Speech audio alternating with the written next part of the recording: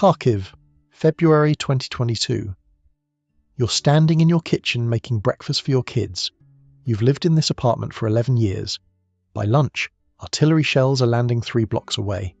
By dinner, the highway out of the city is gridlocked for 40 kilometers. You grab passports, one bag, and your children. You leave everything else behind. 6 months later, your apartment building doesn't exist. Same day, same planet, a farmer in New Zealand is walking his property, 12,000 kilometers from the nearest conflict. His country hasn't fought a war on its own soil in living memory. His government has no military alliance dragging it into someone else's fight. His nation produces 5 of 7 essential food groups domestically. He doesn't know your name, but he's living the life you should have engineered. This isn't fiction. This was Ukraine. Before that, Syria. Before that, Yugoslavia. Same pattern, same failure to relocate, same preventable deaths. In 2024, the Global Peace Index recorded 162,000 conflict deaths, the second highest toll in 30 years. 97 nations deteriorated in peace in a single year, the worst on record. And while all of that was happening, Iceland scored 17 consecutive years as the most peaceful nation on Earth. Same planet, different coordinates. There are 5 places on this planet that have resisted every single year of global deterioration. 5 nations where geography, neutrality, and self-sufficiency created a survival architecture that works while everything else burns. Stay with me. Your location is your first and most consequential prep. Not your stockpile, not your portfolio, your latitude and longitude. These 5 sanctuary nations share the same blueprint. Not alliances, not military spending, not GDP, geographic isolation, political neutrality, and caloric self-sufficiency. Let me show you what happened to nations that ignored the map. Ukraine 2022 to present, a nation integrated into great power competition that became the battlefield. Syria 2011 onward, geographic crossroads of competing empires, population halved by displacement, infrastructure annihilated. Yugoslavia 1991 to 1999. Sarajevo, a cosmopolitan European city under siege for 1,425 days. Residents who thought it can't happen here buried their neighbours. Not 3 isolated tragedies, 3 examples of one pattern. Nations positioned at geopolitical fault lines, integrated into alliance structures, dependent on external supply chains, they burn first, every time. But here's what the Global Peace Index reveals about 5 nations that defied every year of decline. Number 1 has held the top spot for 17 consecutive years, and it has nothing to do with military strength. Sanctuary 1, the most obvious and the most misunderstood. Iceland. Not a single year of deterioration since the index began. 95% of electricity from renewables, 30% geothermal, 65% hydroelectric. When global petroleum markets collapse, and they will, Iceland doesn't notice. Here's what the rankings don't measure. Iceland is a NATO member with no armed forces. The only one. They understood something every other NATO nation missed. Demilitarization is the strategy. No army means no target value. No target value means no one wastes missiles on you. 3,500 kilometers from Moscow, peripheral to every conflict theatre. The limitation, and I'll give it to you straight, is food. Cold climate, short growing season, 700 dairy farms, significant fishing fleet, but not full caloric independence.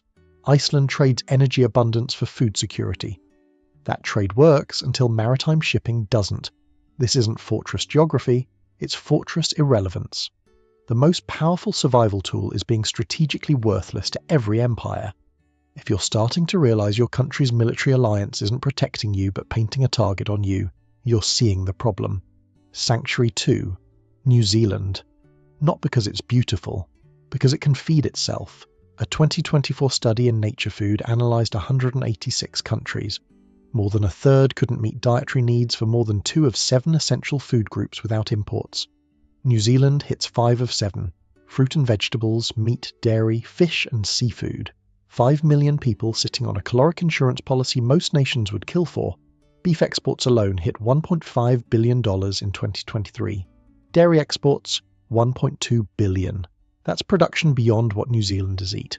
When export markets close, domestic supply doesn't shrink, it expands. No formal military alliance comparable to NATO. Minimal profile in great power competition.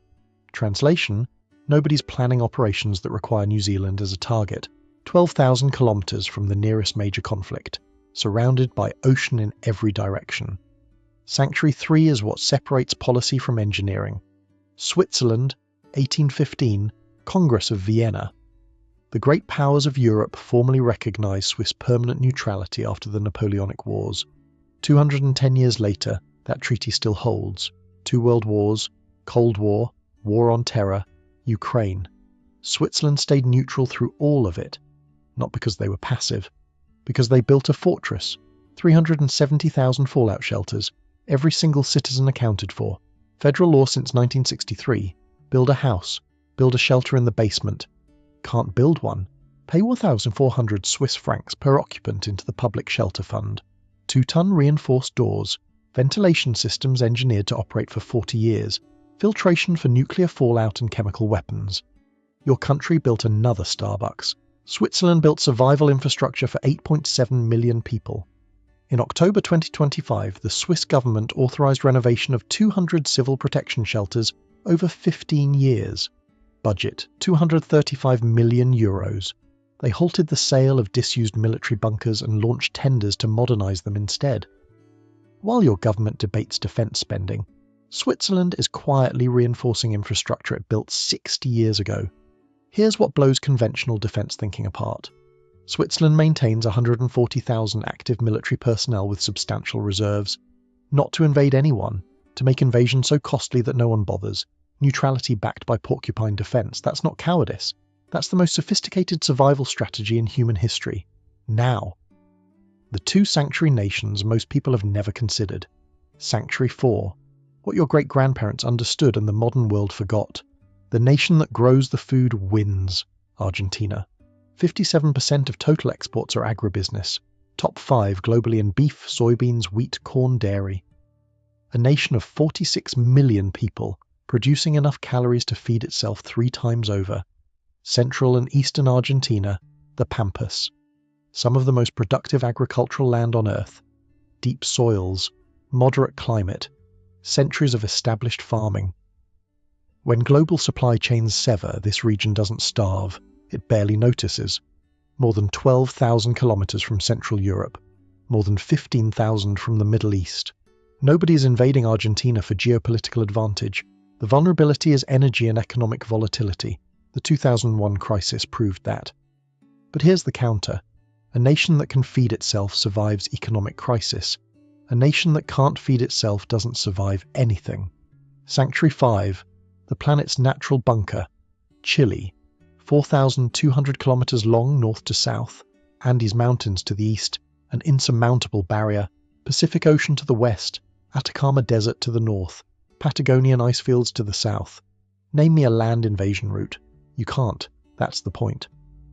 In 2023 and 2024, Chile completed a comprehensive roadmap for infrastructure resilience with the UN Disaster Risk Reduction Office. 6 critical sectors assessed. A resilience academy with international experts. An integrated data hub consolidating risk information across sectors. While most governments plan for the next election cycle, Chile is planning for system-wide disruption. Its 2022 climate change law wrote resilience into governance at every level, not aspiration. Law. The mountains and the ocean aren't obstacles, they're the walls. So what's the advantage these 5 nations share? Geographic isolation. All 5 cite peripheral to primary conflict theatres, distances from 3,500 to over 15,000 kilometres, political neutrality or non-alignment, treaty-based, demilitarised or independent, none integrated into alliance structures that make them collateral targets, self-sufficiency in essentials, energy, food, infrastructure, institutional stability, continuous democratic governance, rule of law. Here's the divergence. The 25 most peaceful nations were 1% more peaceful in 2024 compared to 2008. The 25 least peaceful? 7.5% worse. The gap between safe and burning is wider than at any point in the index's history, and it's accelerating. 5 consecutive years of global decline. The question is whether your coordinates put you on the right side of that widening gap. The 5 survival coordinates. Iceland. Energy independence and strategic irrelevance, 17 years at number 1. New Zealand, caloric self-sufficiency and hemispheric isolation, 5 of 7 food groups. Switzerland, constitutional neutrality and engineered survival, 370,000 shelters, 210 years of staying out. Argentina, agricultural dominance, feeds itself 3 times over. Chile, fortress geography, Andes, Pacific, desert, ice, no invasion route exists. The question isn't if global peace continues deteriorating. The data says it is. The question is whether your coordinates position you and your family on the side that survives. Drop a globe emoji if you're already evaluating your coordinates. Tell me what you want next. Food self-sufficiency deep dive, neutrality as survival strategy, or the specific infrastructure that kept Switzerland alive through 2 world wars. I read every comment. The only question is whether you'll reposition before it matters, or whether you'll be standing in that Kharkiv kitchen, watching the highway gridlock with your children in the back seat, wishing you'd read the map when reading it was still a choice. Pull up the Global Peace Index, find your score, then decide if